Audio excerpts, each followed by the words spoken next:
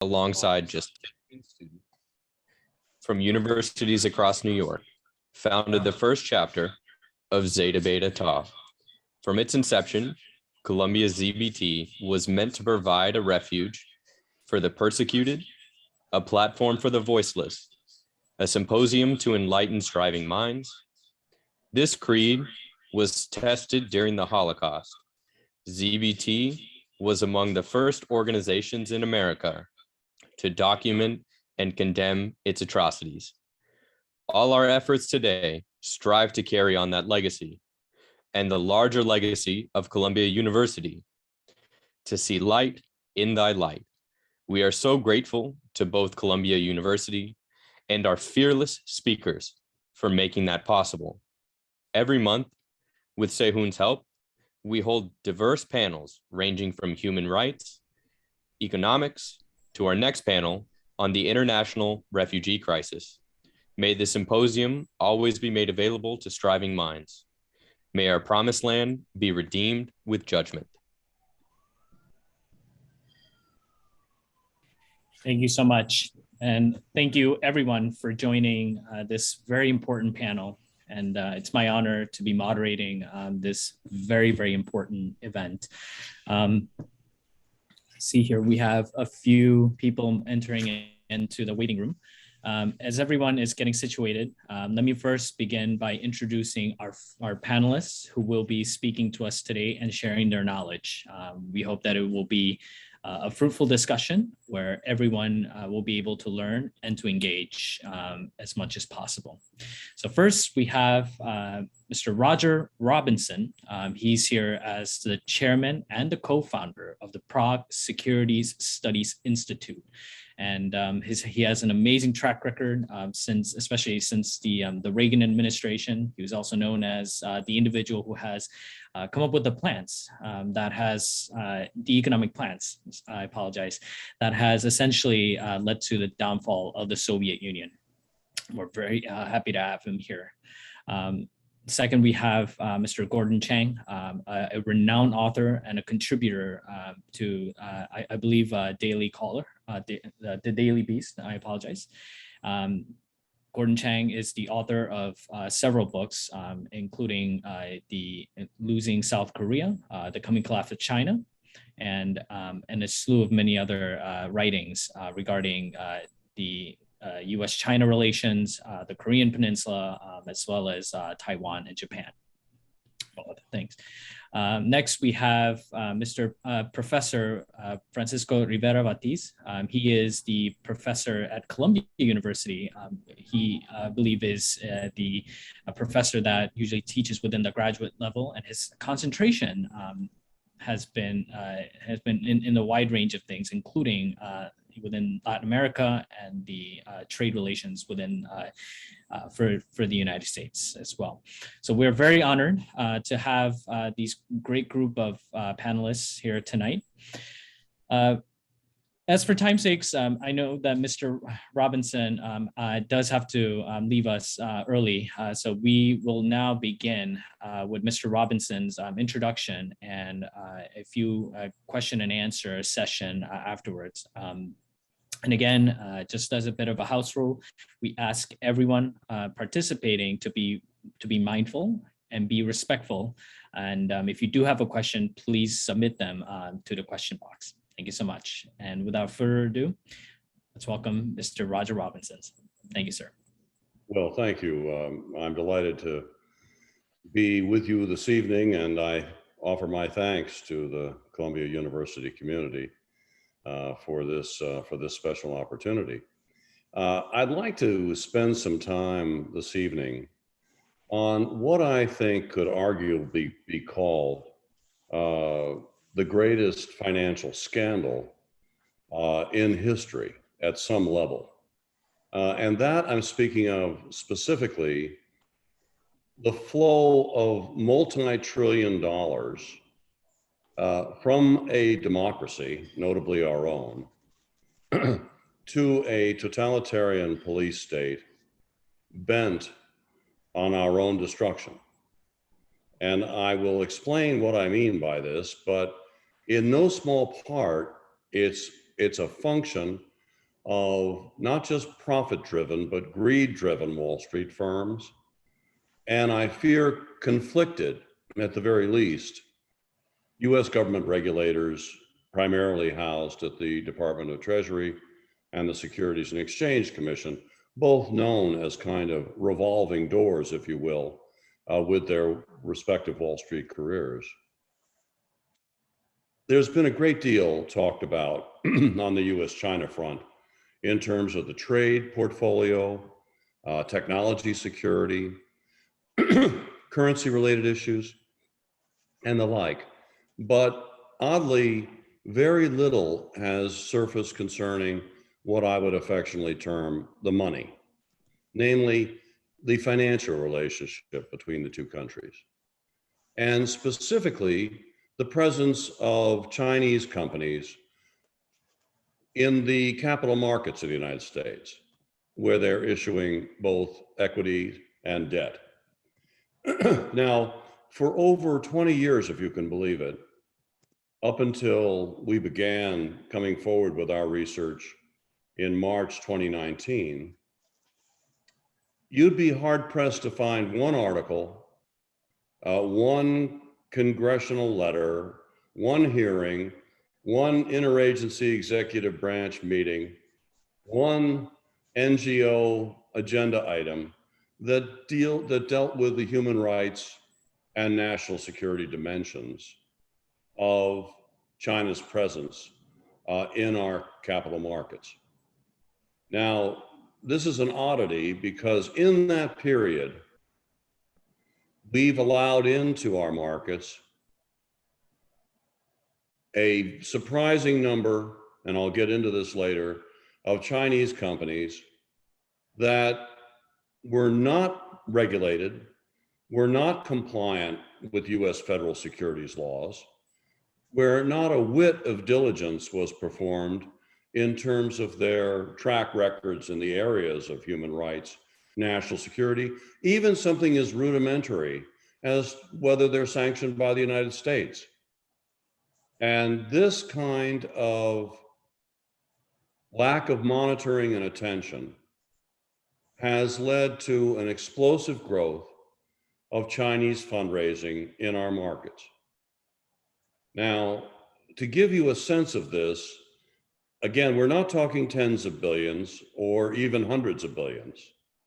Right now, the American people, the American shareholders, that is, us investors in our markets, are holding probably somewhere in the area of $2 to $3 trillion in Chinese corporate exposure. Now, this number could be considerably higher, and I'll also get to that in a moment. So we're talking about very big dollars here, and an inexplicable lack of attention.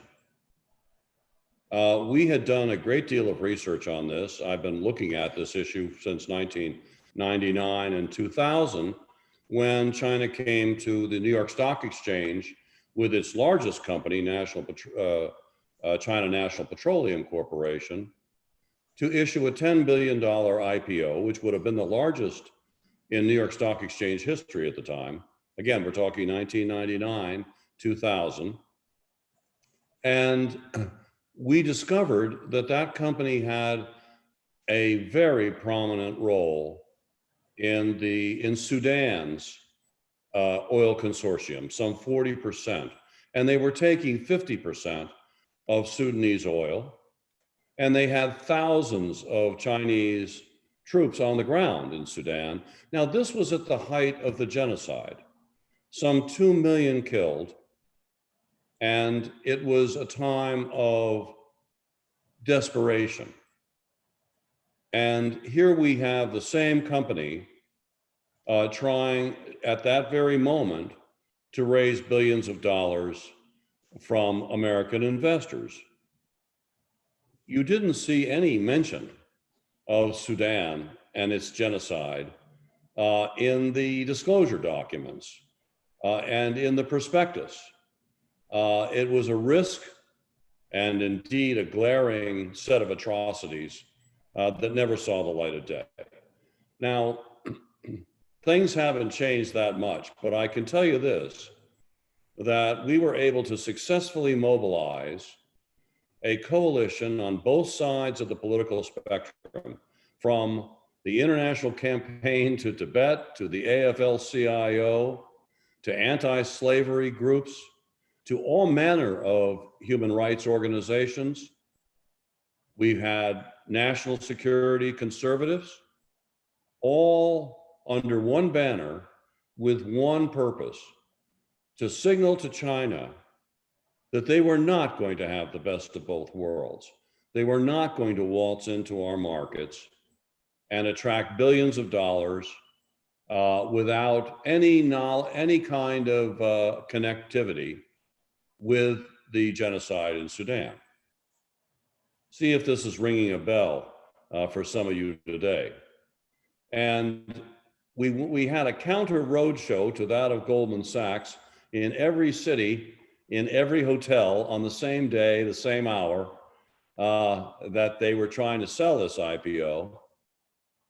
And we went to all of the major institutional investors like CalPERS, TIAA, CREF, and other of the majors, and suggested to them that if they subscribe to this IPO, that they would be in effect aiding and abetting genocide. And they were so concerned about this for their corporate reputations and brands that they publicly eschewed this IPO. And it all but collapsed. It was only saved after a 6-month delay, including an SEC investigation concerning the non-disclosure of these material risks. And it limped to a conclusion with a 70% decline in its original target, and came in at 2.8 billion, but only because a friend of theirs in Hong Kong, Li Ka-shing, some of you have heard of this billionaire, and BP, the oil company, in exchange for gasoline concessions, that's the only way that they salvaged a dime. Now, we then worked on other forms of the US-China relations, but we returned to this in 2016 to find that remarkably little had changed, sadly. But I tell this story because I think it's instructive as to where we are today. After all, we have a determination of genocide, for example, in Xinjiang.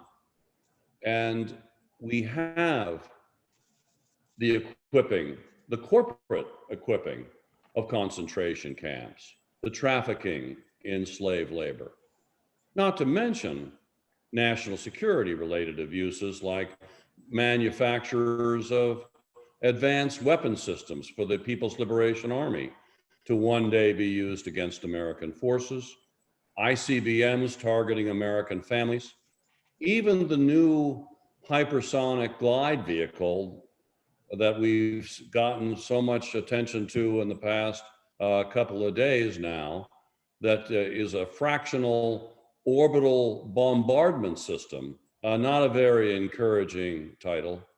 And we've even found that part of that system is indeed financed by American investors. And that information is going to be coming out in the next 2 to 3 days, certainly I think within a week. So you might look for that. But it is to say that all manner of bad corporate actors have secreted themselves into the investment portfolios of as many as 150 million or more American retail investors. Now just reflect on that for a moment. It's so extraordinary that this is in effect our money. This is not a government event. This is not some abstraction a distance from us, but these are our investment dollars, from hard-earned retirement funds to normal investment portfolios. So this requires urgent action. I mean, we can't be unwittingly funding those aiding and abetting genocide any more than we could at the time of Sudanese genocide. And the list goes on. I needn't tell you how serious China's human rights abuses are. This group knows better than most. But what you might not understand is that your parents, yourselves, your friends are unwittingly playing a funding role in some of the most egregious offenders. The Hike Vision type of companies that provide the surveillance cameras that are placed every few meters across atop the walls of the concentration camps holding 1 million or more Uyghurs. So you can appreciate that something needs to be done. Now, we did have a signal success under the Trump administration when we were able to bring to a halt the introduction of these very kinds of corporate bad actors that were in the MSCI All Country World Index that was going to be adopted by the Federal Thrift Savings Plan. This is the savings plan where 6 million federal employees have their funds, including our entire military. And they were going to be funding these kinds of corporate national security and human rights abuses until we brought it to light and the president took a stand and said no. 2 weeks before it was supposed to happen, mind you, it took a long time for this persuasion effort, even within the Trump administration, but it eventually got done. It was opposed by Treasury and others who did not want to disrupt the momentum of the financial relationship, nor Wall Street's large-scale fees. So sadly, it wasn't easy, but it got done. Since that time, two very different presidents, President Trump, President Biden, have issued executive orders that in the preamble called this a national emergency and indicated that it couldn't be the case that Chinese military companies and surveillance technology companies, in the case of President Biden, should be attracting funds on our capital markets, and codified capital market sanctions for the first time in our country's history.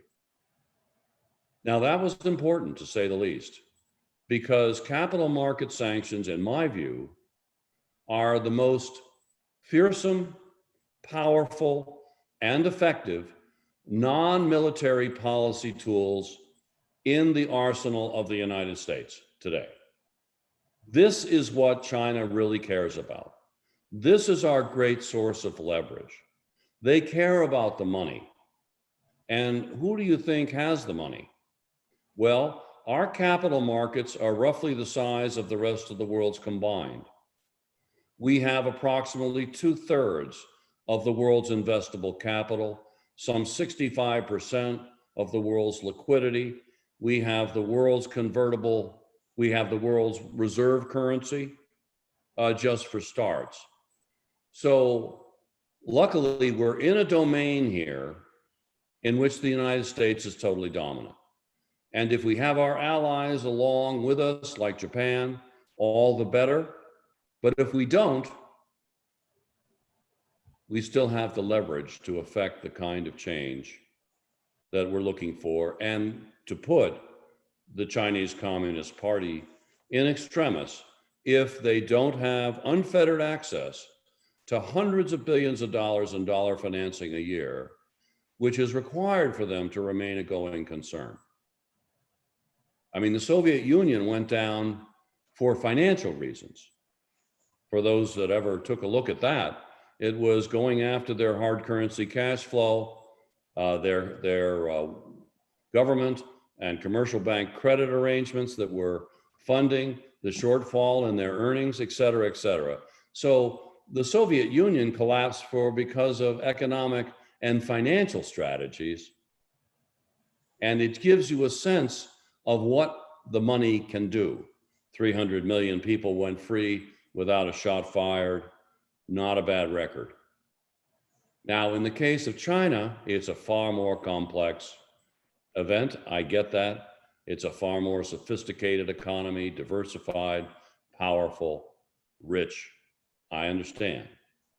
But they also are growing at such a rate now that some would argue that there's slow motion economic implosion already underway, that it is in part responsible for an untenable debt overhang of 300% of GDP, a property sector that is in a cascading set of problems and potential defaults or actual defaults, but certainly hanging by threads in some cases that represents 30% of GDP.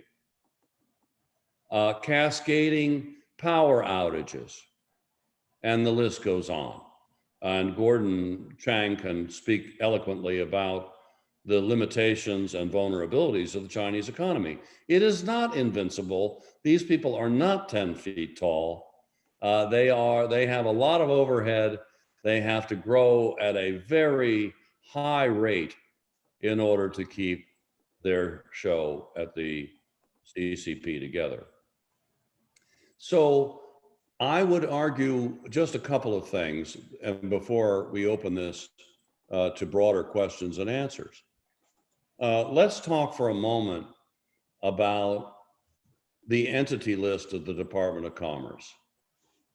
For those that might not be familiar with it, it is the blacklist, as it's called, where there are 444 Chinese companies on the entity list now. What does that mean?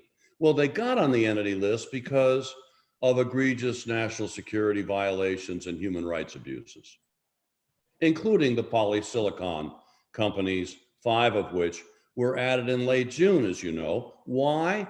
Trafficking in slave labor. Now, here's the kicker. How many of those 444 companies on the entity list that we won't sell equipment and technology to them, how many of them are restricted from raising money hand over fist in the US capital markets from unwitting American retail investors? The answer?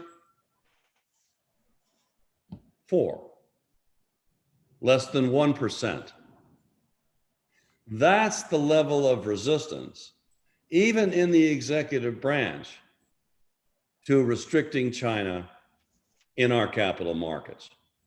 I don't know that you can find a more compelling number than that in terms of a glaring policy inconsistency. Obviously, you've had acts that were so outrageous as to be sanctioned by the United States and denied equipment and technology, and yet you're free to not only raise funds in the US capital markets and be invested in, but you have all the prestige and the good housekeeping seal of approval to tout worldwide in the world's deepest and most voluminous markets. High prestige indeed. So they're being rewarded at the very moment that they're being penalized. Let's talk for a moment about something called A shares.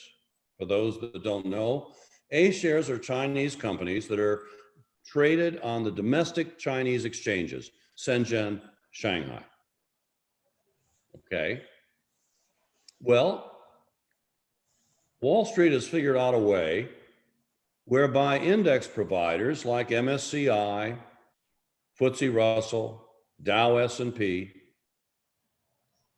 Bloomberg, Barclays, and others are able to place hundreds of these Chinese companies from the domestic exchanges into their indices.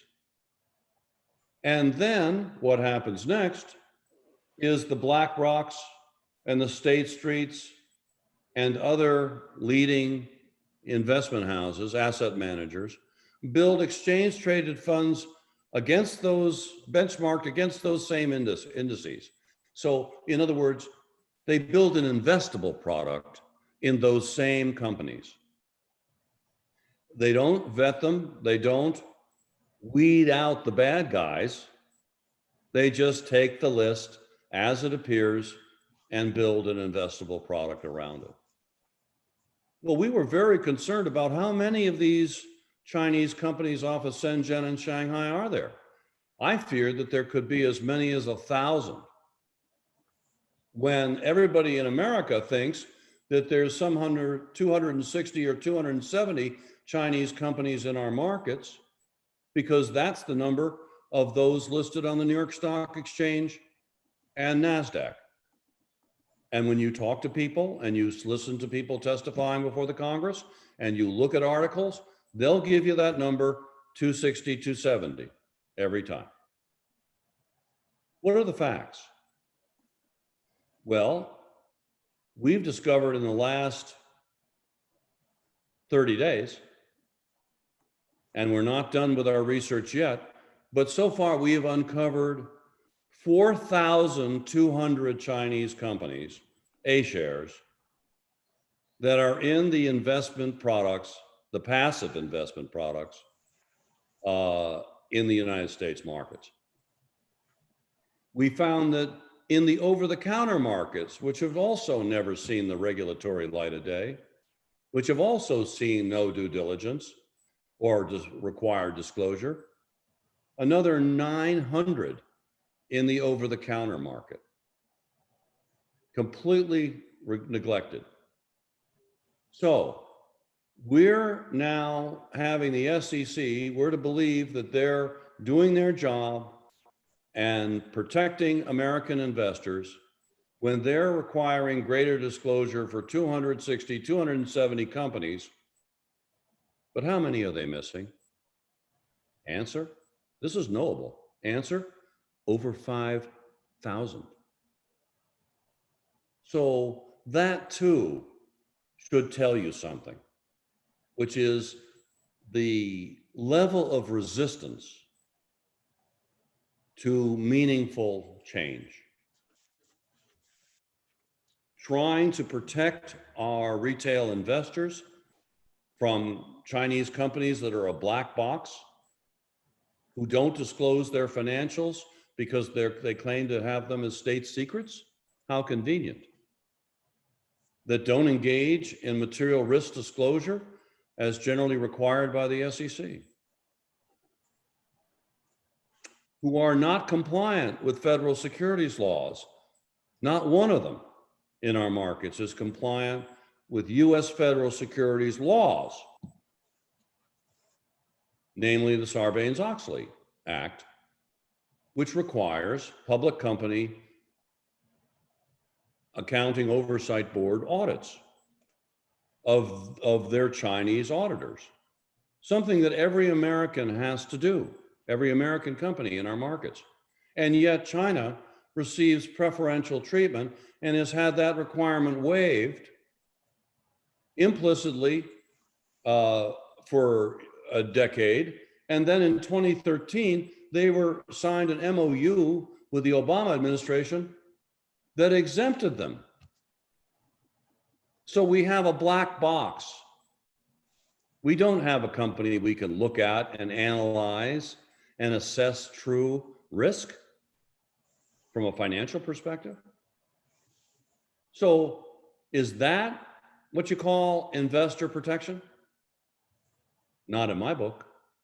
Again, not to mention the 5,000 companies that haven't been looked at all. What about protecting our national security? There are companies there that built the illegal islands in the South China Sea and are militarizing them today. They're the companies responsible for proliferation of weapon systems to North Korea and Iran. There are the companies engaged in intellectual property theft, espionage, technology theft.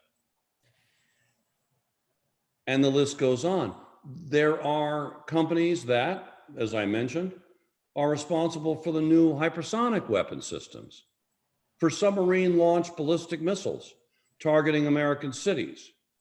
I mean, what do you have to do to get meaningful action. This is called underwriting an adversary, pure and simple. So I hope you just remember my opening remark about a multi-trillion-dollar financial scandal. This is what I mean. A democracy underwriting the wherewithal of a totalitarian police state, as is the case with the Chinese Communist Party. Thank you. So Thank you, I Mr. will stop there and offer up time for questions. Yes, sir. I think we have a question from Jessica.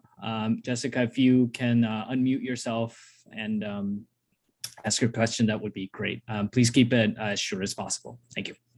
Okay. Hi, Mr. Roger. I know you mentioned before that if we want to make a change, like the US can pressure China's economy and end up like somewhat make a change. But first of all, I just want to say I'm extremely against the Communist Party, but would you think that if the US keeps pressuring China's economy, the Chinese government is just going to be more against it and spread like more propaganda and end up it's just going to be this Chinese citizens who suffer from the broke economy while the government is still like thriving or getting away from what they did? Would you think that will happen? No, I rather think that the Chinese Communist Party would lose legitimacy in the eyes of the people. After all, there's kind of an implicit social contract, isn't there? Which is we, the CCP, give you ever improving standards of living, and you sacrifice your individual liberties for the privilege. Well, China's not going to be able to keep that promise. It is being broken. And it's going to be broken to a greater extent as their growth rate falls.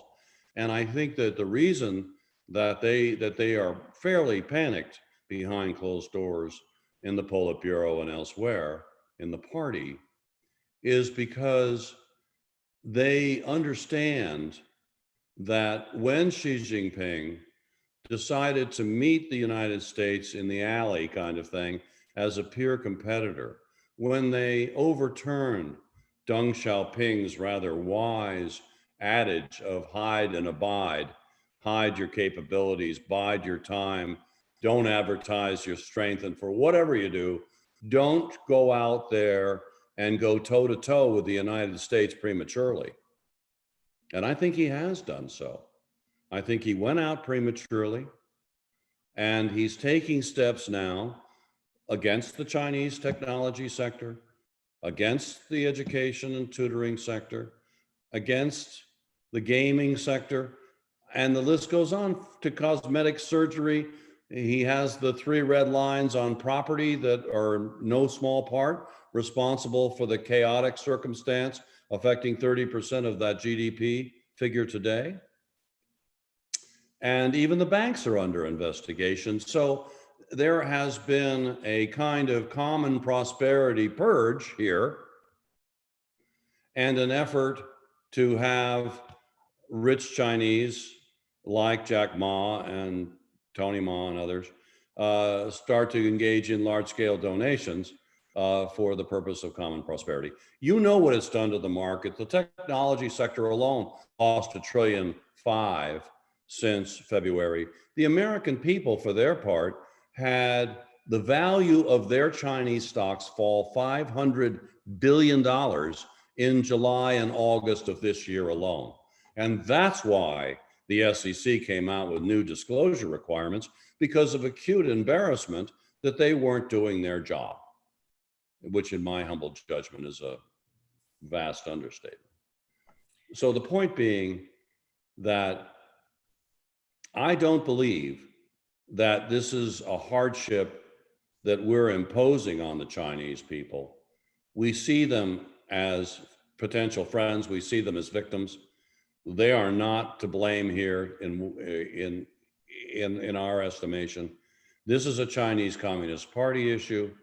And I think that we, if anything, by showing greater discipline and insisting on protecting our national security, the fundamental values of the American people, the human rights, the fundamental human rights that should be part of every civilized society,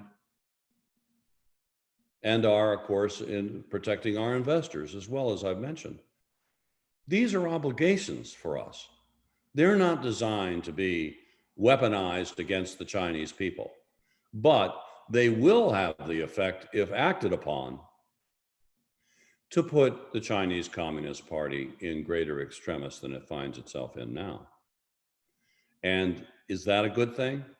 Well, it's a better thing than a strong, prosperous, and ultra-nationalistic Chinese Communist Party that just brandishes its weapons and its traffics in its belligerent behavior around the world as the world's bully through intimidation, extortion, and other means. That's where we are today, in my humble judgment. Do I want to strengthen that? No, I do not.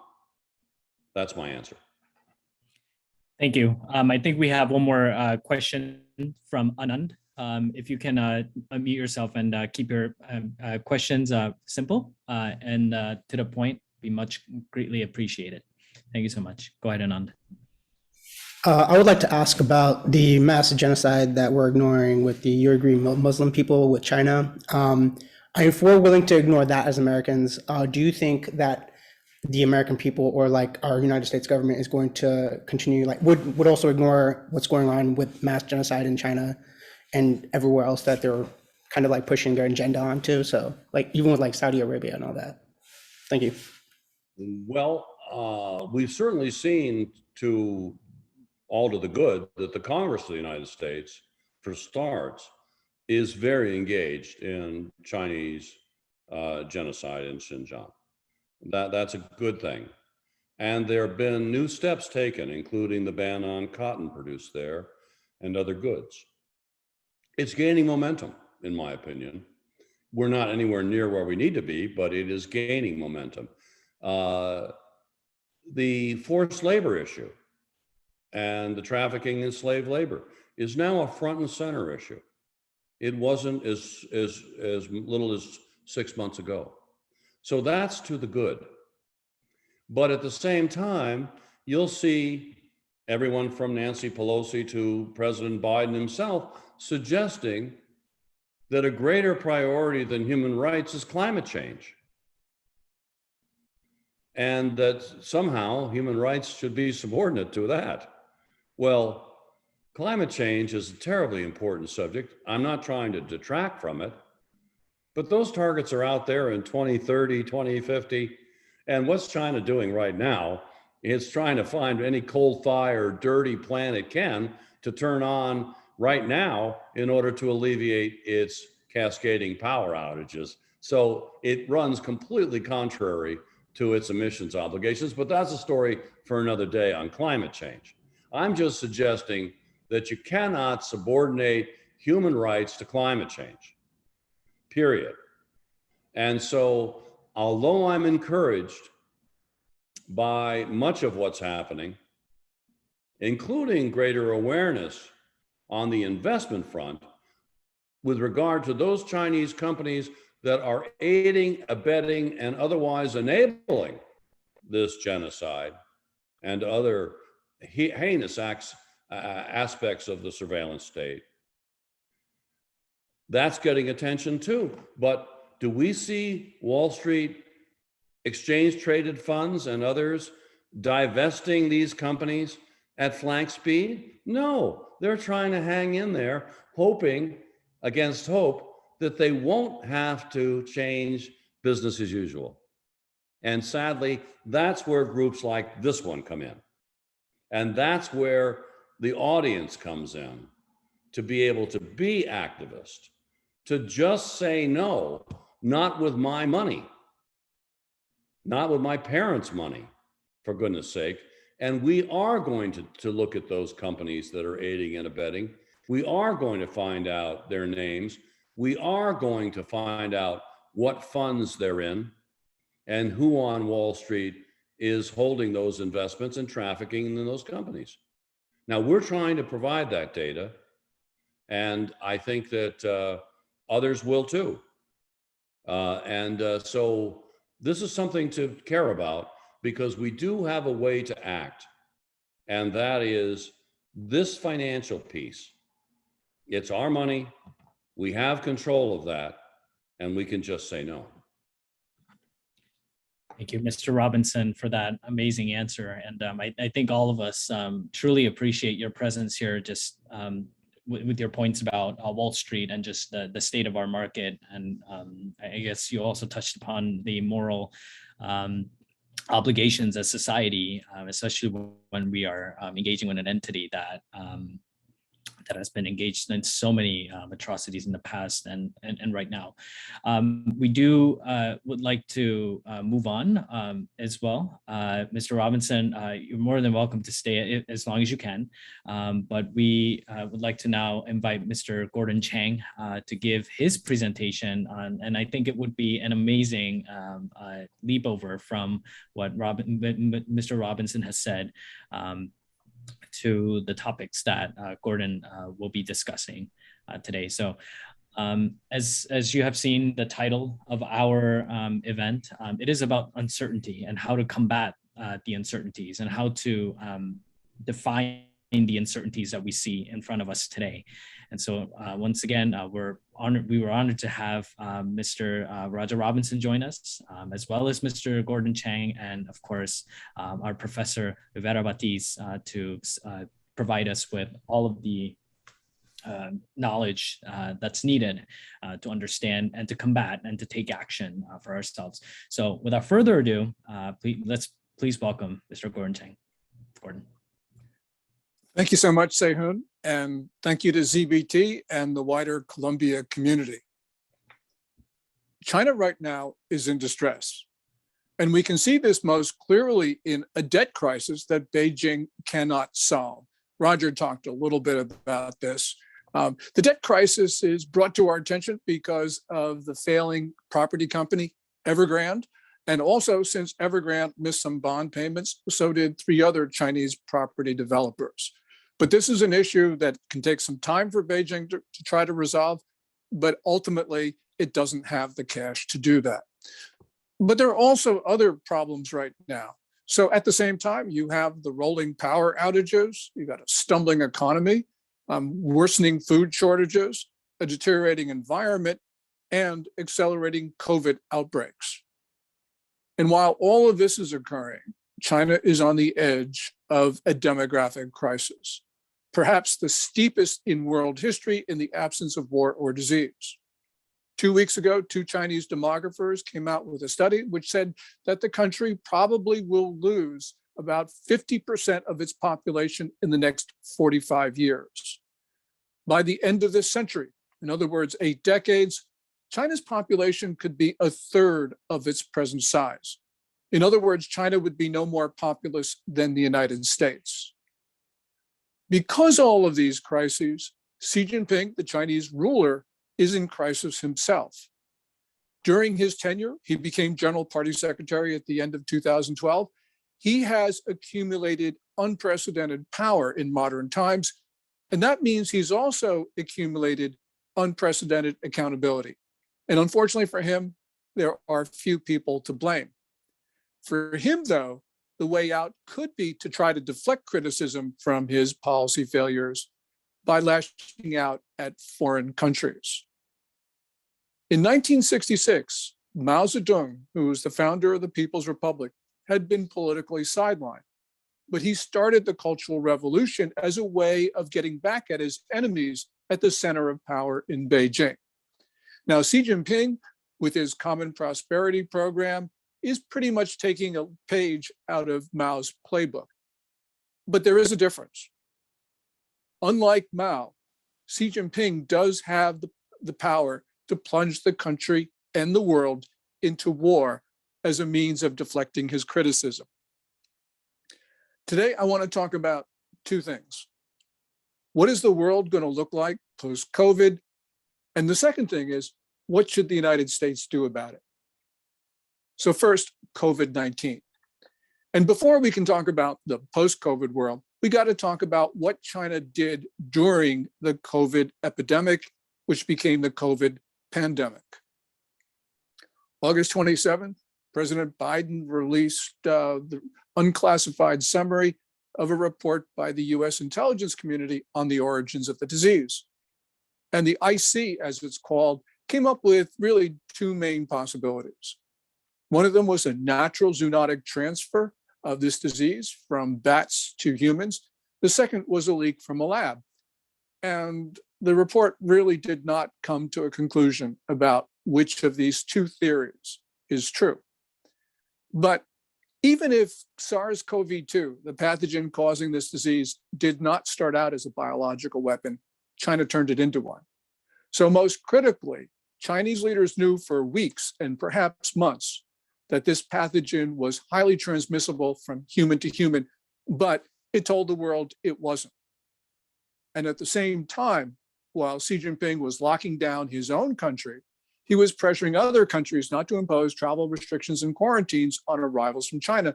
And of course, it was those arrivals who took a disease which should have been just confined to the central part of China and turned it into a global pandemic. As of this morning, there were 742,281 Americans who died from this disease. And there were almost 5 million people outside of China who've been killed by COVID-19. So what we don't know is what Xi Jinping was in fact thinking, only he does.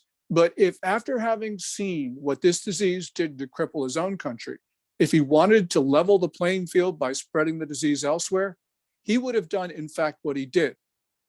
And this means that this is the first time in history that one nation has attacked all the others. Many people recoil from this conclusion, and they say China couldn't be so vicious. But we got to remember that China has borrowed this policy, this concept of comprehensive national power from the Soviets. And CNP, as it's called, is really a group of metrics to rank the relative strength of countries. And of course, China wants to be number one. You can't hold that against them. Now, there are two ways to get to be number one. One of them is you strengthen your own country. That's certainly fair game. Every country should do that. But the other way is to weaken everybody else. And I think that's what Xi Jinping did to weaken everybody else. That's the context of the COVID world that we live in today. What about the post-COVID world? Well, from our perspective, it could be actually worse. The 2017 edition of the Science of Military Strategy, which is the authoritative publication of China's National Defense University, actually talks about a new type of biological warfare of, quote, specific ethnic genetic attacks. In other words, pathogens that will leave the Chinese immune and sicken and kill everybody else. And this could very well be the civilization killer that leaves China as the world's only viable society. Remember, the world has imposed no costs on China for deliberately spreading this disease. So Xi Jinping right now thinks that he can spread the next disease, the civilization killer, without any cost. So what does the world do? I think, as Roger was talking about, we need to sever our links from China. Most people would say that this is drastic, but we've got to remember that China is unreformable and it will remain dangerous to us. China uses every point of contact to overwhelm our societies. And in fact, that's what it's doing. And I believe that we have to remove those points of contact until we can be sure that we can handle this malicious assault. I have 7 things specifically that I think that we should do immediately. First of all, we should cut trade. We should not be strengthening a regime that is hostile to us with our commerce. We should cut off the blood supply to those who mean us harm. Now, in the first instance, this means getting our companies off of Chinese soil, including our pharmaceutical industry. In his last months in office, President Trump authorized a $765 million loan to Eastman Kodak to make active pharmaceutical agreements. This is industrial policy, and nobody really likes industrial policy. And the effort did misfire. But the point is, one way or another, industrial policy or not, we have to bring back our pharmaceutical industry because we cannot allow a belligerent regime to make an item that is critically needed by Americans. Second thing, as you just heard from Roger, we need to cut investment into Chinese companies so that it's no longer permitted. Trump banned investment into certain military-linked companies. President Biden, to his credit, extended that order, but we need to go further. We need to ban investment into civilian companies. We have to remember that all companies in China are tied to the military, whether they're ostensibly military or not, whether they're ostensibly state-owned or not. China has a doctrine of civil-military fusion, which means that the Chinese military has access to everything in civilian companies. We have to recognize that reality. Third thing, we need to get China's agents off of our soil. That means closing their remaining 4 consulates, cutting the embassy staff in Washington down to next to nothing. And also, we should be getting China's businesses off our soil, including the state banks, because Beijing has used consulates, embassies, state banks, state enterprises to undermine American society. Fourth thing, we should stop China from using its nationals to commit espionage on the United States. In the first instance, that means removing all of China's journalists from American soil, because all or virtually all of them are Ministry of State Security agents. Remember that China has its 2017 national intelligence law that requires all Chinese nationals, all Chinese companies to commit espionage at the direction of Beijing. This is our country. We do not need to put up with this. Fifth, we must end all technical cooperation agreements with China. We should not be giving the world's best technology for next to nothing. Remember, it was Americans who taught Chinese researchers how to manipulate coronaviruses to make them more dangerous to humanity. And incredibly, we are still funding biological research at Chinese military-linked institutions. The next item, we should not allow China to buy our tech companies.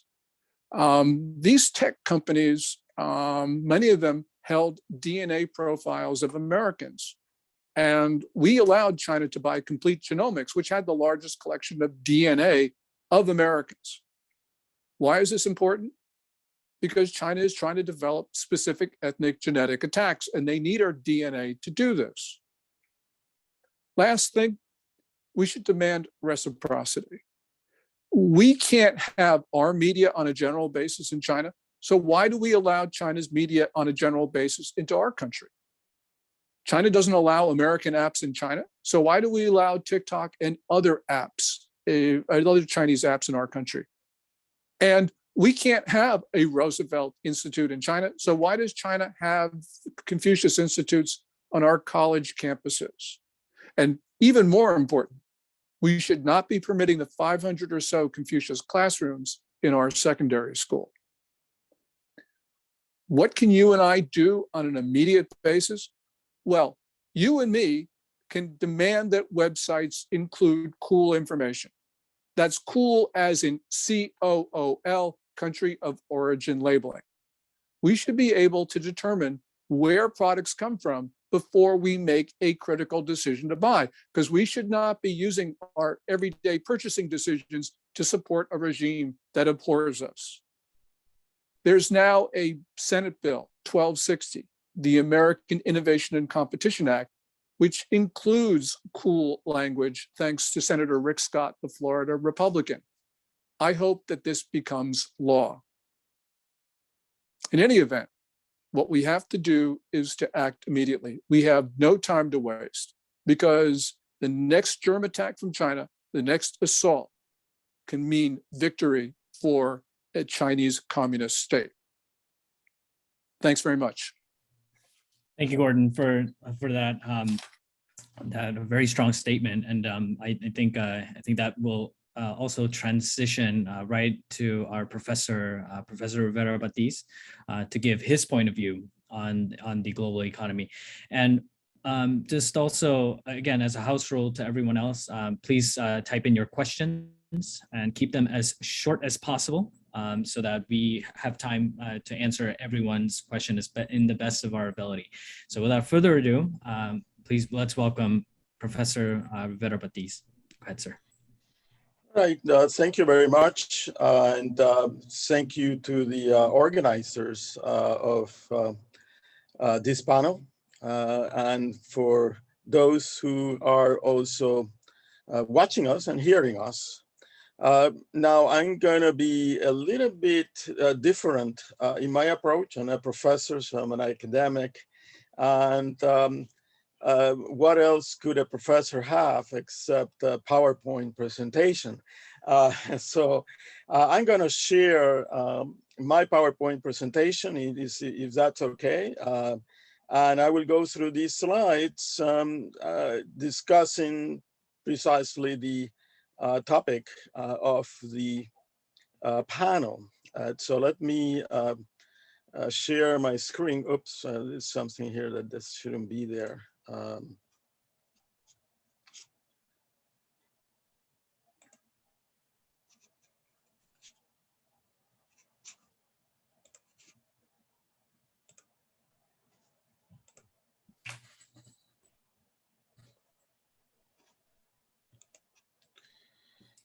Okay, so let me also move this away here.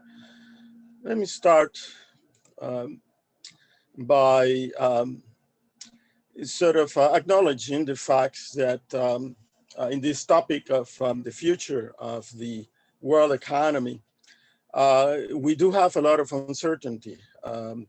We know what has happened in terms of the pandemic so far, but we have a lot to talk about in terms of the future of the world economy. And so I'm going to focus on the economic issues. I think the other panelists focus sort of on other issues, but I have to use my comparative advantage. And so the first thing that we have to realize in terms of the pandemic is that it was very severe. It has been very severe. And it is unique. I mean, we have to go back to the influenza pandemic in the last century, early in the last century, to really find something that has been so influential on the world economy of this type. We have had a number of financial crises and so on, but nothing like this in recent history. The IMF actually said in one of their recent reports, well, there is really no crisis like this one. Now the short run effects on production and employment last year particularly was devastating at those that occurred in the Great Depression. We remember all the images of cities closed and no economic activity. So if you look everywhere in the world and look at the impact on gross domestic product, which is basically production in an economy, growth was negative last year, and it was quite substantial. It of course, combined with other factors, you can have countries where the drop of gross domestic product was over 10%. In Venezuela, it was 30%, but maybe not as much connected to COVID as to the collapse of that economy due to the policies in that country. But certainly COVID contributed, and there is almost no place in the world, there are a few, but there's almost no place where we didn't have this sharp reduction in production. The U.S. unemployment rate, if you look at the figure here, you see the effects. You see this spike, that happened last year. It's unique in the last century or so, this huge increasing unemployment, and you see the same in a number of other countries. If you look at global economic activity, you realize, again, you see almost any measure, whether it's industrial production, it's gross domestic product that we talked about before, manufacturing, new orders, service sector, everything you see all in this diagram, you see all these lines sort of drop, all these curves drop in 2020 sharply, and see there's a recovery. But the thing that you have to notice here at the end is that it seems to be coming back down. And so we see a lot of economies stalling. And you see the same thing if you look in detail at the United States and the production again, the gross domestic product, the growth. Again, recently it seems to be stalling. I mean, there was a recovery, but then now things seem to be slowing down. The same thing in terms of China. You know, you have this dip, and then there's a spike, and then things are slowing down. And of course, China had been slowing down for a long period of time now. So that's the first the factor is that this was a very deep shock, and even though we recovered, it seems that we're actually coming back. Things are slowing down again. The second thing about the uncertainty about the future is that the pandemic is far from over. I mean, we tend to think, oh, we had the vaccines, we're okay, everything is okay. No, no, no, no. This is not. You look at the numbers here in terms of we have all these peaks and valleys, and we're here at a place where this may go up again, but certainly these are new cases globally. This seems to be going back up. And if you look at the numbers here, they're much higher than at the earlier periods in the pandemic when we thought, oh my God, this is a disaster. Well, we're still having a lot of cases. And it's not clear where we will go in the future. So this adds a lot of uncertainty. You look around the globe, you see, it's not the US, you see Russia, you see the United Kingdom, you see countries now rethinking again, maybe locking down cities or regions of the economy. So this has not gone away, and that's another source of uncertainty. Now, the third, and I think one of the most significant issues relating to the future, to this post-pandemic world, is what is going to happen to globalization.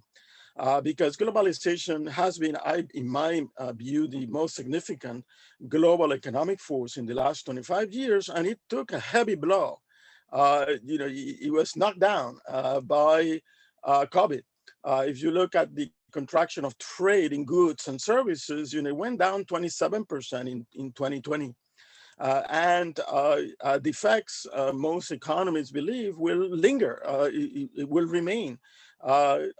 Richard Baldwin, who's a renowned professor on trade in Europe, he said, well, there's a great trade collapse. And he's not talking just about what happened. He's talking about now and the future. Now, COVID, of course, the pandemic is not the only force behind this drop in international trade. This has been happening now for a while. You see the International Trade Index here, which is the sum of the exports and imports of a country as a percentage of its output, as a percentage of its gross domestic product. So how important trade is, exports plus imports relative to its gross domestic product. And you can see how, this since 2006 in the world, it has stalled. This number used to be 25, 30% back in the 1990s. It went up to 60%, and now it sort of has been declining. And it's particularly in developing countries, you see from 61% in 2006 to the present, which is 46%, even lower this year, probably. And particularly in China, you see China, the index has been cut in half. And that's, I think, it adds to some of the comments made before that China really confronts big challenges in terms of its economy over the next few years, if not a crisis.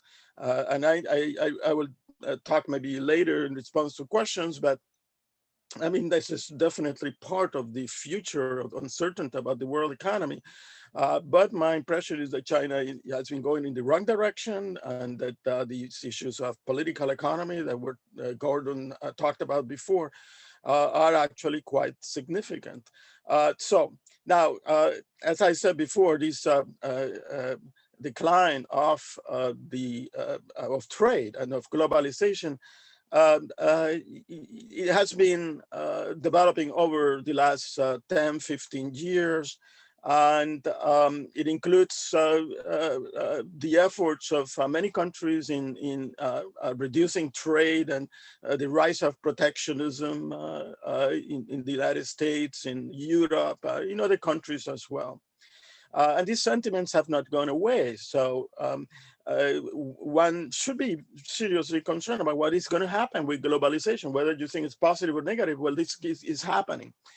So now the other thing is that this is not just with respect to trading goods and services. Capital flows around the world have also sharply slowed down, including those into developing countries. So all of these has led these magazine, The Economies, as one of the most popular magazines in economics, to have a cover saying goodbye globalization. And they are actually concerned about this. It's the point of view of the economies that trade is good for the world economy. So that's another source of uncertainty, what's going to happen with globalization. The fourth area I think that is important to think about is the policy measures or involves the policy measures that were undertaken to control the economic effects of the pandemic. You know, they are taking a life of their own. And of course, they were required in order to stop the pandemic from causing an economic depression, but they also have longer term consequences. Now, there is a professor at New York University, Nouriel Roubini, who has been warning of a coming stagflation in the world economy and a global financial crisis. Now, the only thing with Professor Roubini is that he has been forecasting this financial crisis and economic crisis for decades and decades. So in economics, we call him Professor Doom. But as you will see later, I think there is some good reasoning behind behind his analysis. So we'll talk about that. Now, what does stagflation mean? Well, it's a combination of stagnation and inflation. Now, the last time we had this was in the late 1970s, where we had, again, inflation and an economy that was stagnating. Now, this fear of stagnation at the present time is based on the data presented before. You know, remember that data seems to, we have a recovery and now seems to be coming down. Everything seems to be slowing down in the United States, in Europe, in other countries. What about inflation? So it's a combination of stagnation, a slowing down of the economy, maybe even a potential recession, but also a combination with inflation. Well, inflation actually appears to be rising as well in recent months.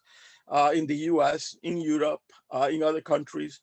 You see the numbers here. This is the inflation rate annualized. And see, it's during the pandemic sort of came down almost to zero, but see, has gone up sharply. And the question is whether that will continue.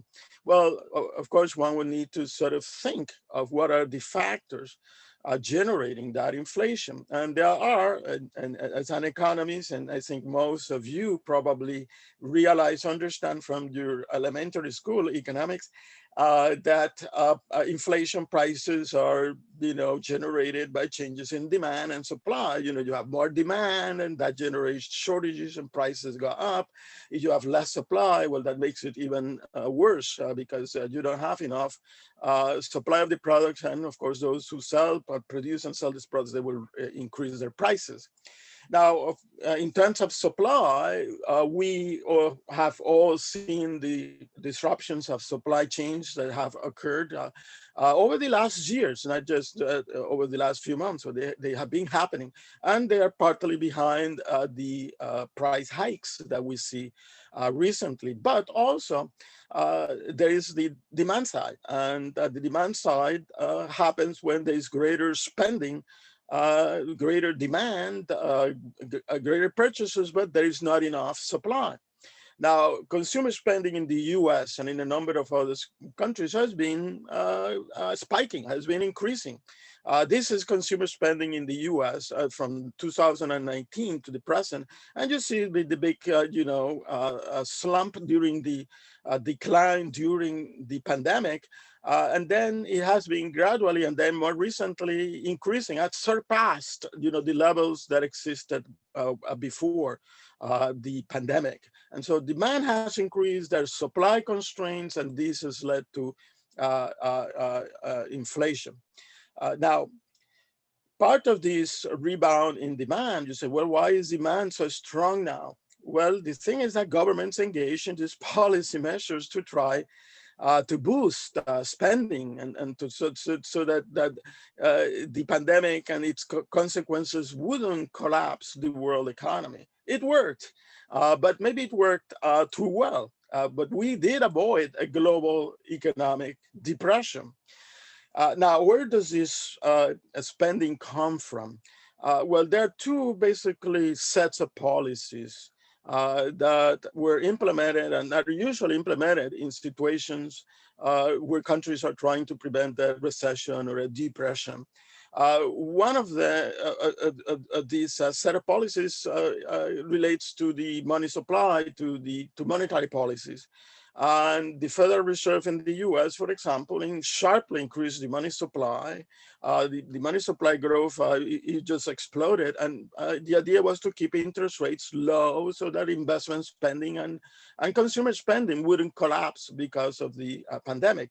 Now, it was not just the Federal Reserve. You also had the European Central Bank and other central banks all over the world expanding the money supply.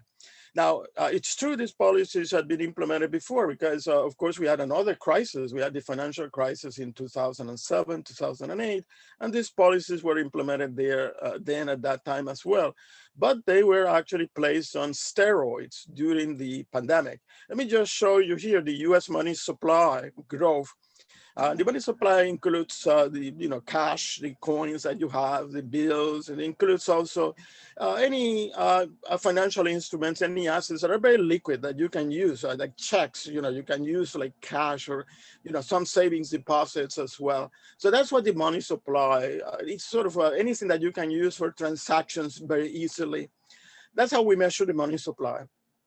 And you see the numbers here, how they have increased over time.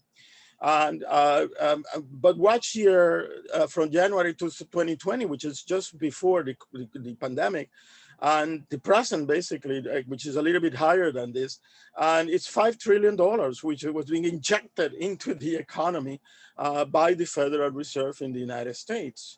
Now, it's true these policies, these monetary policies did help to stabilize the world economy, but there is great uncertainty about what they may cause next.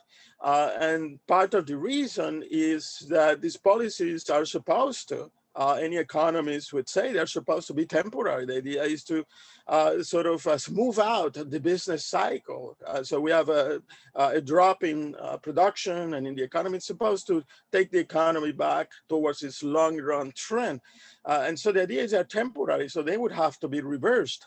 And for many years now, the Federal Reserve has been thinking of reversing its policies, its monetary policies established after the financial crisis, almost a decade after that financial crisis. And they have been resisting because, they're afraid of what will happen if they engage in contractionary monetary policies, which includes higher interest rates. Now, they have said that enough is enough and that these policies were intended to be temporary and that they will actually engage in contractionary monetary policies very likely next year. The European Central Bank is likely to do the same thing. Other central banks will most likely do the same. What will that do to the world economy? We know there have been situations like this. Back in the early 1980s, President Reagan was also trying to control a period of inflation in the United States, engaged in a set of policies. Then in the mid-2010s, the Federal Reserve also tried to reverse their regime after the financial crisis to try to pull back the growth of the money supply. Professor, Well, those periods generated a lot of volatility. So the same is likely to happen next year. So let me, I have a few minutes. Yeah, I'm sort of almost through with these slides. Is that okay? Yeah, yes, sir. If you can just wrap it up within maybe 3 minutes, that would be much appreciated. I can do that. So the second round of policies that we don't know much about what is going to happen refers to fiscal policies. These are just stimulus packages that were implemented in the United States by President Trump and then President Biden. Some believe that this will lead to greater inflation. Some do not think that inflation is connected really to fiscal policies, connected more to monetary policy. Whatever is the case, what you have here is a situation where you have public expenditures just exploding. And so both President Trump and President Biden engage in an increases in budget deficits. So as the deficits grow, the government has to borrow. And so the US government debt as a percentage of GDP is at a record level in terms of recent years. It's at 128% of GDP. That is growing. And the same thing is happening in a number of other countries. Now, the US, of course, has a lot of leeway in terms of borrowing. I wouldn't worry too much about that. The dollar is sort of an international reserve currency. It's an international currency. So I don't think there is a problem with that. But this is not the case for other countries, and particularly developing countries. They just cannot borrow continuously, and this brings me to sort of the fifth source of uncertainty, which is relating to developing countries. Developing countries have suffered enormously due to the pandemic. The damage has been deep. Let me just show you here very quickly this diagram from the World Bank, and it shows the number, in millions of poor over time from 2015 to basically estimates of the present, at the present time. And see, it has been declining over time. And the poverty, this is extreme poverty as defined by the World Bank. Now, if you see their predictions is that this is going to spike up. And so maybe 10, 15 years of reductions in poverty in developing countries will be wiped out because of the effects of the pandemic. And so people are concerned about growing public and private debt in the developing world. We have had these periods before of crisis in developing countries. This is partly what Professor Rubini is so worried about. So now I don't think, I'm not sure why people think that economics is a dismal science.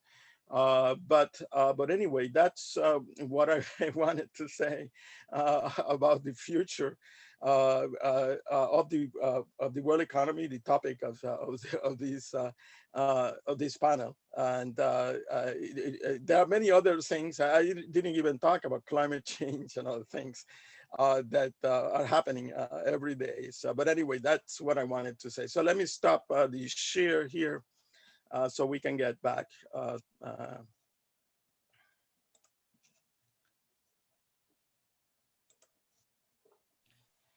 All right, thank you so much. Thank you. So much, Professor Batiz. I think as of now, we will be moving on to our discussion / question and answer event. So both of you have given some very strong points dealing with our economy, but the potential futures, and what are some of the ways in which we as a society can deal with and all of these challenges that we face today. I know Gordon also made very strong points in terms of what should be done specifically, and Professor, you've also explained basically the dynamics that we're facing that has a lot of uncertainties and is definitely up to question. I think for both Gordon and Professor Rivera-Batiz, here's a question. And maybe Gordon, you can chime in. Since it's right after the presentation, is that the EU and the other developed economies fear prolonged economic stagnation and recession due to the pandemic and emerging economic trends. I'm wondering how will the European markets, for example, fare in both in the short and the long run? And does the economic influence of the U.S. How does the economy influence the U.S.-China relations after Europe? Yeah, most of these aspects of this question are really for Professor Rivera Batiz. But on the US-China relationship, there's, I think, something more important than economics. And for a very long period, we have had this view that globalization was going to change China, make it benign, and that it was the end of history, as Francis Fukuyama talked about. But right now, we are seeing a Chinese regime that is moving in very troubling directions. Xi Jinping is closing off his country. He's attacking private business. China's become aggressive. It has started to move its troops into neighboring countries, including India. It's threatening Taiwan, you name it. And so there's a security dimension that is now being overlaid on all of these issues. And Professor Rivera Batiz talked about something I thought was absolutely critical, and that is that globalization seems to be stalling. The reason why this is important is that although trade will remain at high levels, I mean, we should go back to what Samuel Huntington wrote in The Clash of Civilizations, which is a controversial book. But there was one point in there which I think is absolutely correct, and that is that what's important is not the level of trade when you think about the relationship between countries, it's the expectation. And as the United States and China de-link for various reasons, and part of it is because Xi Jinping is taking steps to de-link the economies, then you have what Huntington called was the real possibility of war. Now, I wouldn't put it as strongly as Huntington put it, but the point is that you already have antagonisms between the US and China, and they are now being made worse because we believe that they're less important to us, or people like me who believe they should be less important to us. So this whole trend that Professor Rivera Batiz talks about is, I think, going to be the most important dynamic as we go forward, because the expectation of economies delinking is going to change the security calculus in all of these countries. Just with regard to Europe, as Roger Robinson talked about, Europe is, I think, increasingly less important for a number of reasons. The EU has troubles with integrating, and we have Brexit, but we also have problems at the core of the EU. So I think that Europe is going to be spending a lot of time worrying about how the union goes forward, and is not going to be as much of a factor. It's going to be the US and China, which is not to say there's any predetermined outcome, but we can say that when you put all these factors together, we've got to be very concerned about the future relations between the two countries. Thank you so much, Gordon, for the very elaborate answer. I think that leads me to the next question, specifically for Professor Rivera Batiz. I mean, you touched upon the question, the topic of globalization in a very deep manner. Now, talking about that, I think one part of the world that I feel that isn't being talked about as much is Latin America. And so, so the question is, how can Latin American economy grow into a globalized trade and investments? And the second thing is, how will the pandemic affect the political and the economic flow of Latin America? I mean, do we see any type of massive change coming to the Latin American economy, or do you foresee that it will remain the same, considering the fact that there is, as Gordon put it, some very troubling waters that we see between U.S. and China in the U.S.-China relations? Well, definitely there are consequences connected to the U.S.-China relationship, because China has been trying to expand, its investments and its trade with Latin America, and it has grown. I mean, the United States, I guess, still remains number one, particularly Mexico, but with the other countries, China has now become the number two trade partner of Latin America. Brazil and Argentina, all these countries are the export.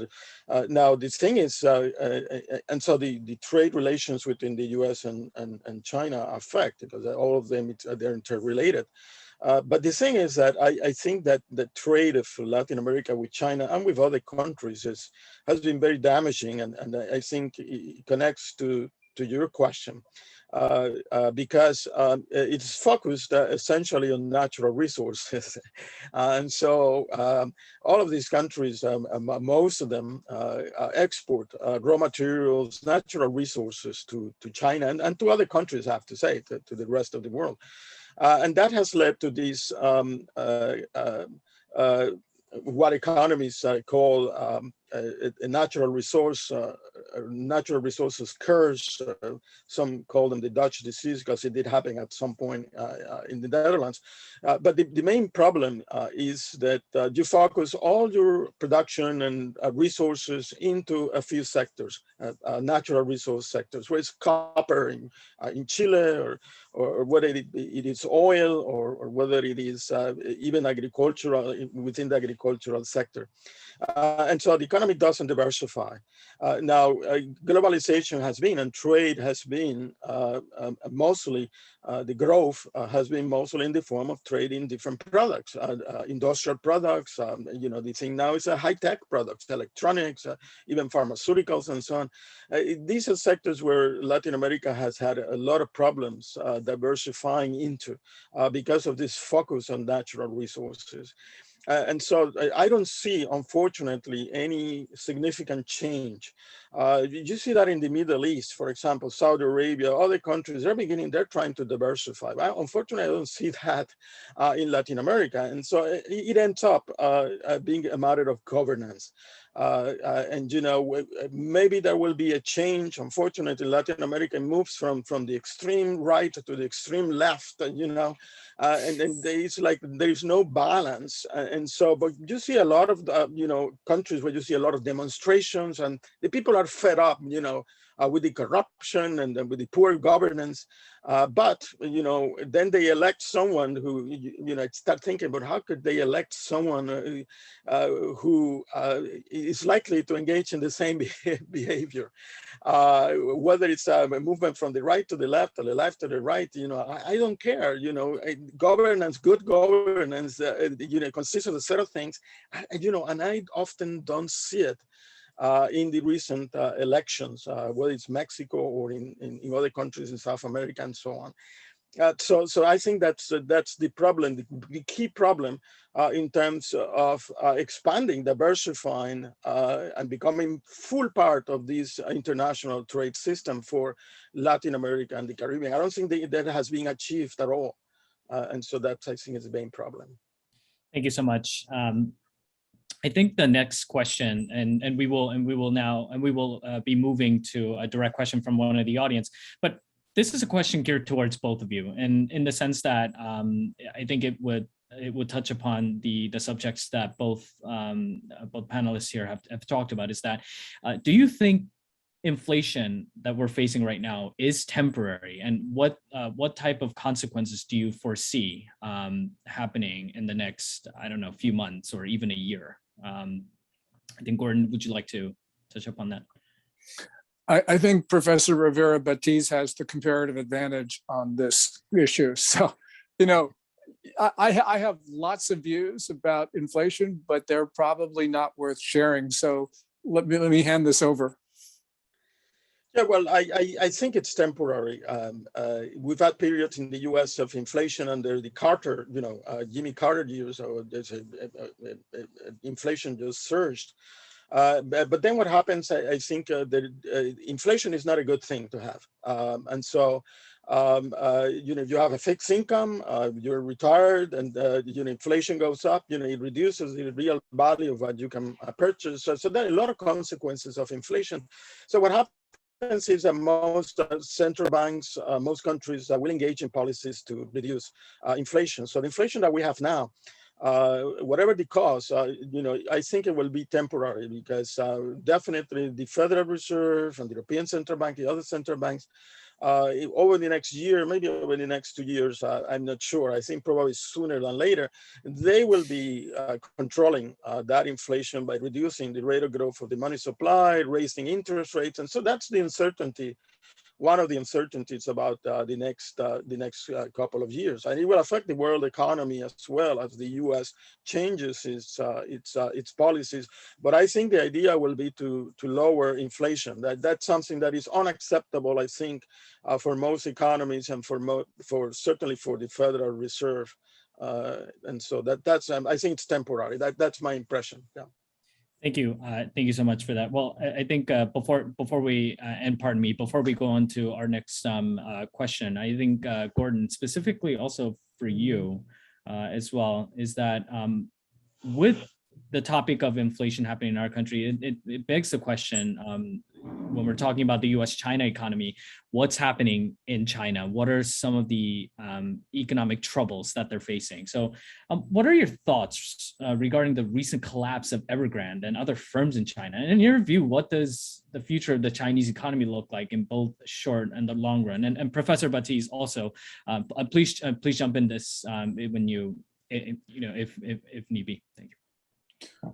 Well, just take a look at Evergrande. Evergrande has something like $305 billion in liabilities. That's about 3% of China's annual gross domestic product. Evergrande is only the second largest property company in China. It used to be number one. But I think it's symptomatic of just all sorts of problems. Got to remember that in 2008, the rest of the world, free market economies, relative free market economies, they took their lumps. They allowed the markets to wash out unsustainable players. That didn't occur in China, because China felt for various reasons that it could get by this. And so, if you look at the professor's slides on the increase in money supply in the United States, that's nothing compared to what actually in fact occurred in China.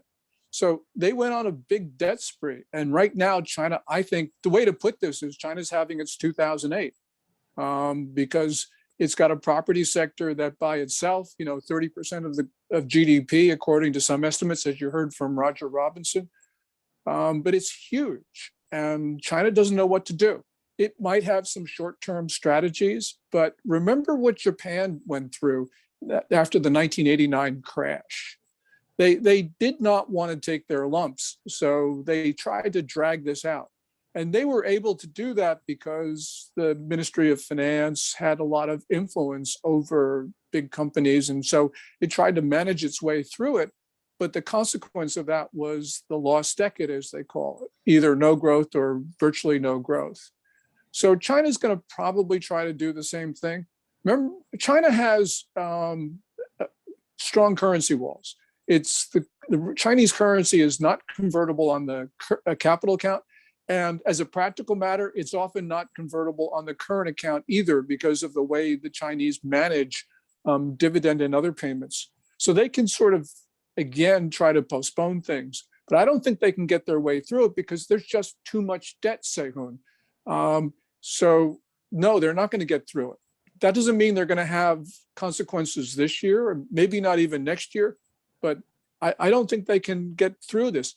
Just to give you one example, when you look at the Chinese economy, their real hope is net exports, because you can see from consumption numbers, you can see from underlying consumption statistics that demand is really very soft in the consumer sector. People are not wanting to spend money because I think they're pessimistic. This was especially evident during the Golden Week holiday, starting around October 1st and lasting for about 8 or 9 days. Travel was down 4.7% from the preceding Golden Week of last year. So the only way they're going to get through this, and they can't reflate their economy through debt. The only way they can try to do this is sell more stuff around the world. They're helped a little bit because of pent-up demand, but nonetheless, that pent-up demand is not going to get China through an extremely difficult period. So I believe that the Chinese economy, the economic miracle, is pretty much at an end. And of course, that's having political consequences inside of China, which we can't even begin to think about, largely because it's a very opaque political system. Thank you so much. Yes, I agree with a lot of what Gordon said in that answer, because there are, I think, two main forces here. One is the fact that, as you saw, China relied essentially, its strategy was trade, was to promote exports, and that was his strategy. But as you see over the last 15 years, trade as a percentage of output has been declining. And so one of the strategies that they followed was to try to increase construction and infrastructure, this crazy infrastructure, huge infrastructure projects. And that's typical when that happens. It happened in many East Asian countries before the East Asian crisis. They had all these dreams and so of investment, which involve borrowing, and so on. But it's really a shift from earlier strategies, and so, and it's as Gordon says, it's not clear that it will work. In fact, the indications is that it is not going to work. Now, to restart, sort of continue the sort of the net export strategy, I think requires a certain engagement with other countries. It requires fair trade. It requires a number of things that I think are becoming more and more of a challenge. The other thing is that, as I was mentioning before, with respect to Latin America and the Caribbean, exports depend a lot on developing new products, having new ideas and their own new ideas. And that requires, I think, a certain degree of openness and transparency, governance. And these things, I think, may constrain the ability of China at this point, as they shift towards sort of a different strategy in terms of exports. They cannot rely anymore on sort of having foreign capital and combine it with domestic capital and produce a lot of very cheap products. The strategy has to be to develop high-tech products and new medicines and so on. Things like that. It's not so easy to develop, and we know that countries that are open and countries that engage in fair trade and countries that have good governance are able to do that. China is definitely not moving in that direction. Unfortunately, it's moving in the opposite direction. It's moving more internalizing, it's more centralizing. And of course, it doesn't have the freedom to be able to develop in that direction. Now, this is not just my idea. I mean, there was a book by two very prominent economists, Daron Acemoglu, who is at MIT, and James Robinson, who is at Harvard. I think maybe he moves a lot.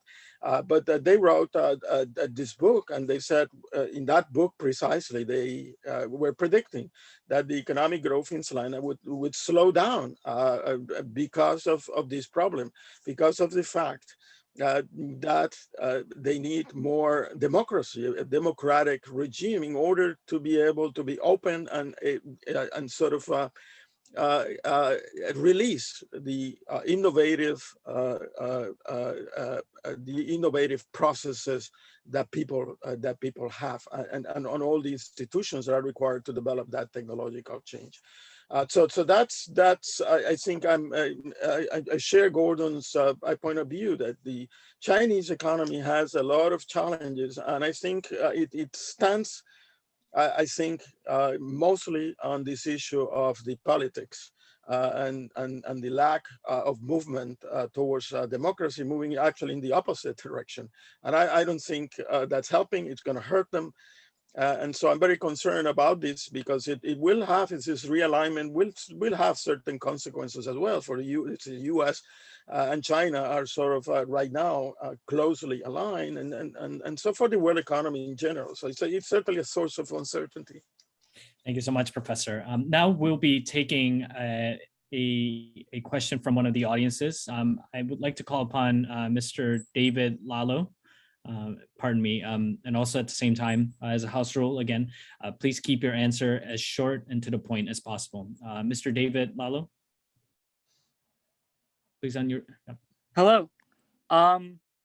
So I sort of originally formulated this question for our first speaker tonight, but I think it could apply to just generally what has been spoken about tonight in terms of opinions expressed, you know, sometimes we can be very comfortable and very, I guess, just have a pretty set idea of what we think. And what would you say some interesting sort of opposing arguments to some of the claims we've made tonight are, and how would you refute them?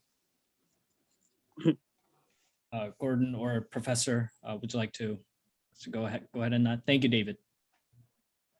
Gordon? I'm not sure that I understood the question. I mean, is it the question, what are the arguments against what I've just said? Yes, and how would you respond to them? I mean, where do we begin? Well, I guess the one thing we can say is I've had a view of China which has been consistently wrong for a long period of time. So I guess that's the best argument. I wrote a book in 2001 called The Coming Collapse of China, which I predicted that the Communist Party would fall in 10 years. So I'm a little bit out of time. And anyone who wants to develop the counter argument could say, well, China has a certain amount of institutional strength that is difficult to define. And, you know, in a period right now, Professor Rivera Baptiste talked about how China is closing itself off and is moving in the wrong direction. Ultimately, we have seen in periods in Chinese history, two things. One of them is that when Chinese rulers do this, they are able to stave off disaster in the short term because they exert more control over society. And that's exactly what Xi Jinping is doing. He's moving towards a semi-totalitarian society with his social credit system, with his great firewall, with all sorts of programs to eliminate Islam, to eliminate Christianity, you know, the whole sort of things. But ultimately, as we have witnessed in Chinese history periodically, as Chinese leaders have done this, this has always led to disaster for the Chinese state and the Chinese people, without exception. So unless this is reversed soon, China is going into a long period of decline. That's not to say that it's going to occur right away, because these special extraordinary control measures can stop forces of decay in the short term, but they never work in the long term. And that has got to be the concern for when you look at the direction of China. Thank you so much, Professor. Let me just say a couple of things. I think what we're talking about is a slowdown of the economy. The economy has been growing at such a high growth rate. And it's almost certain, it has been, I mean, it's a fact, it cannot be contradicted, that it has been slowing down dramatically. And so the question is whether they will rebound or whether it will continue to decline. And I think there are a number of arguments that suggest that it will continue to decline, and so it will be a sluggish economic growth. It is hard to imagine that it would rebound to the levels that it was 10, 15 years ago. And so that's I think the main point here. Now, my impression is that, as I said, is that moving in the wrong direction. Now, if they could reverse change, I mean, there are changes that countries have done and have been able to sustain their political systems. Unfortunately for some, unfortunately for others. But you know, you have a country like Singapore. You know, it's a pretty authoritarian regime, but it was more so in the past, and there's more representation there now. They did engage in a certain set of reforms. Even South Korea, you know, it was pretty authoritarian, you know, in the past. You know, it has been more and more democratic. So these countries, when it was the moment, you know, they engaged in reform. Some of them were less dramatic than others, and so and they have continued to grow at a, you know, relatively high growth rate. China, as I said, seems to be moving in the opposite direction. I think that's the most troubling issue. Now, if there was a change there, then, you know, things might be different. So, but that's, you know, that's where I stand. Well, going off of that point, Professor, and to Gordon as well, I think we should also go back and touch upon the issue of Federal Reserve. What is so? And I think the question that a lot of our audience was wondering about is that what is the future of the inflation in both the U.S. and around the world? And I think Professor Baptista has answered that question earlier. But also at the same time, is the Federal Reserve's inflation policy well-founded? And is today's inflation transitory? And is there any possibility of hyperinflation? And the second question, I think this is more geared towards Gordon, is that what does the deterioration of the U.S. and China economic and diplomatic partnerships mean for the rest of the world? And how will the continuing trade war revolve? Considering the fact that we are facing these economic challenges at home, I'm wondering, after maybe Professor Baptiste can elaborate more on this, Gordon, also if you can also touch upon what that will mean for the U.S.-China economy and how that will impact our allies and our adversaries around the world. Well, I think, as I said before, that this issue of inflation is temporary, because I think policymakers in the countries where this is happening will act to control the money supply. I think the leadership of the Federal Reserve right now, and any future leadership, I know the people who are candidates other than the current chairman of the Federal Reserve Board of Governors. They're all of the same mind, I think, which will be that next year, if inflation continues to rise, they will change strategy and reduce the rate of growth of the money supply, and interest rates are going to go up.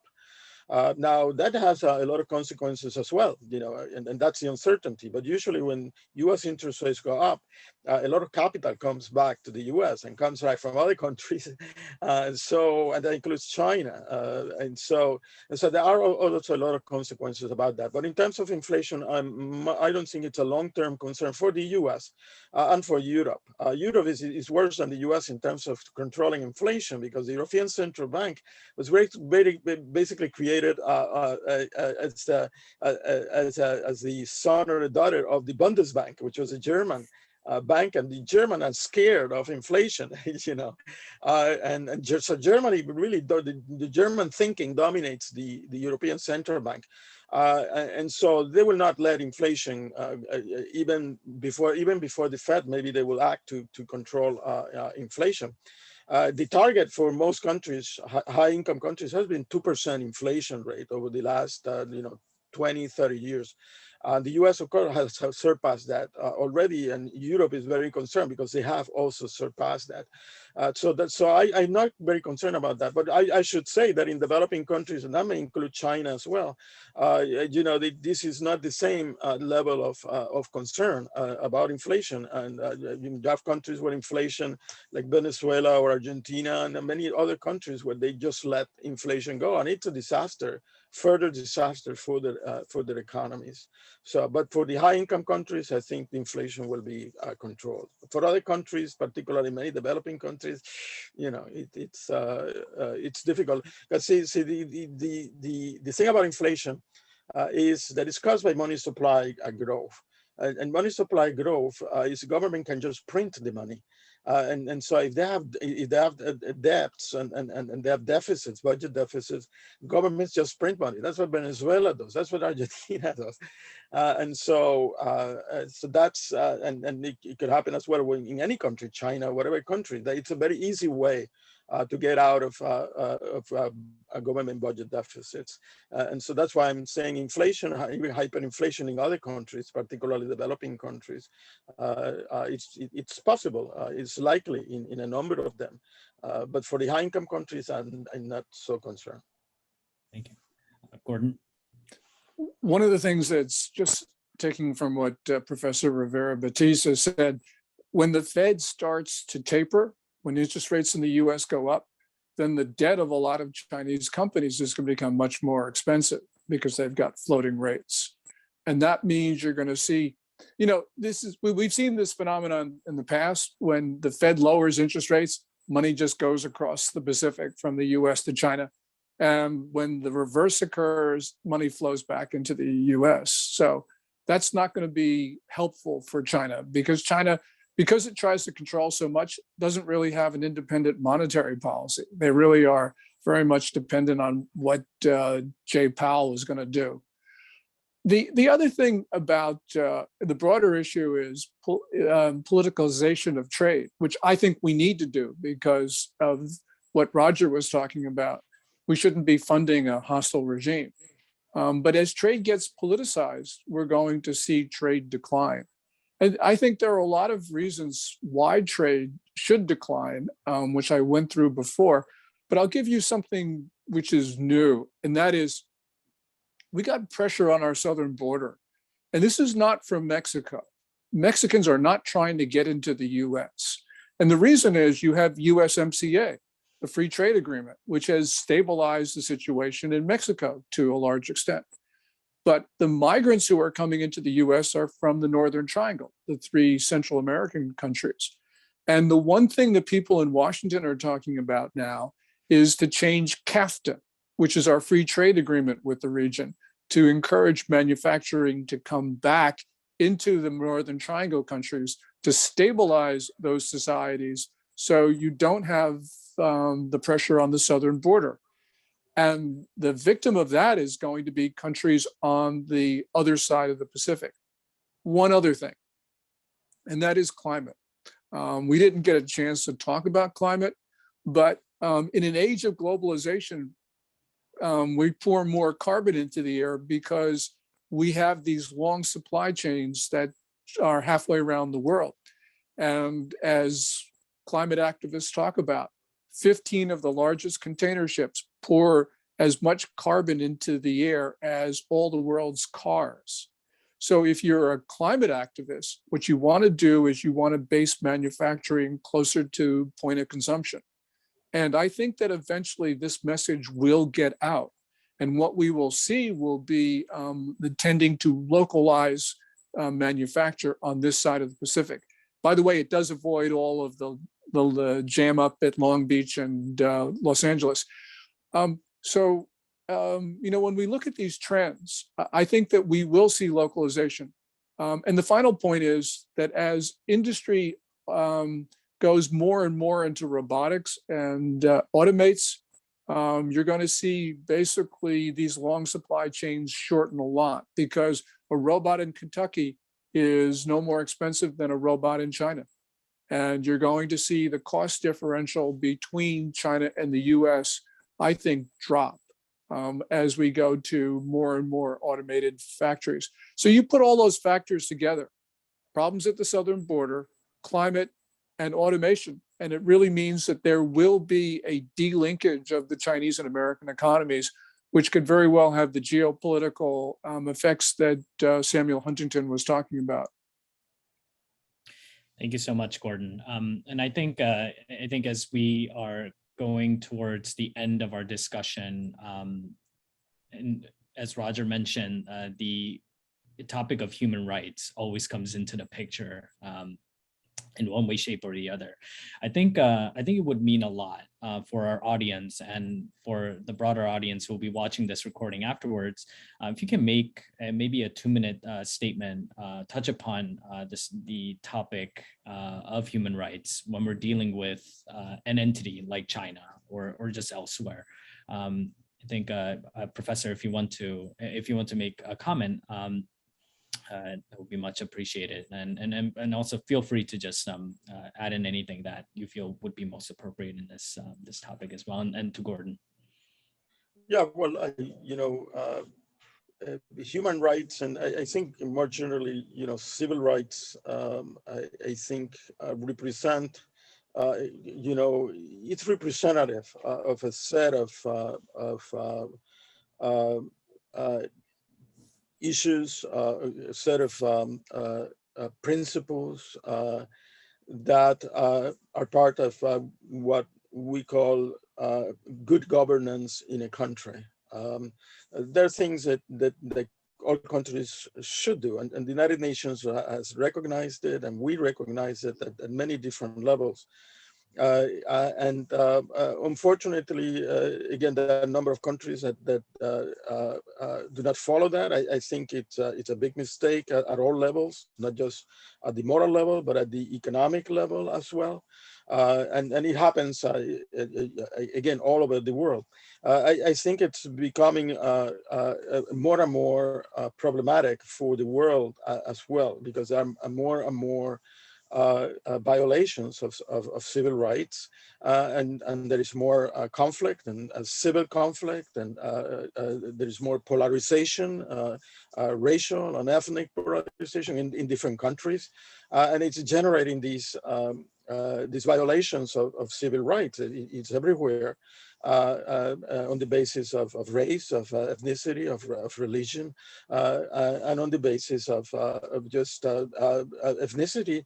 You see civil wars, and you see these flows of refugees, and we have tens and hundreds of millions of refugees. The number of refugees in the world right now is at its highest level ever. It continues to rise. And you see that because of all these violations of civil rights and conflicts that are often based on these racial and ethnic religious conflicts. And so I think it's a very important area, not only in terms of its moral importance, but also in terms and political, but also economic as well. These have economic consequences, not only for those who are discriminated and suffer from this, but also the countries themselves. It's not good for them, but they keep doing it, and it's one of our worst nightmares as a human race that this happens. Thank you so much, Professor. Very beautifully put. Gordon. In the last year of the Trump administration and continuing into the Biden administration, U.S. Customs and Border Protection has been more vigorously enforcing U.S. rules against the importation of goods made with forced or slave labor. And in China, we have seen Beijing actually industrialize slavery of Uyghurs, Kazakhs, and others, where you have perhaps as many as 80,000 people from the northwest part of the country, the Turkic minorities, being transported around China to provide labor to both domestic and to foreign companies such as Nike. This is really relates to a bigger issue, and that is China is committing genocide as defined in Article 2 of the Genocide Convention of 1948. And is certainly committing atrocities, crimes against humanity. Now, these have not, except for the forced labor issues, have really not affected Washington's relations with Beijing.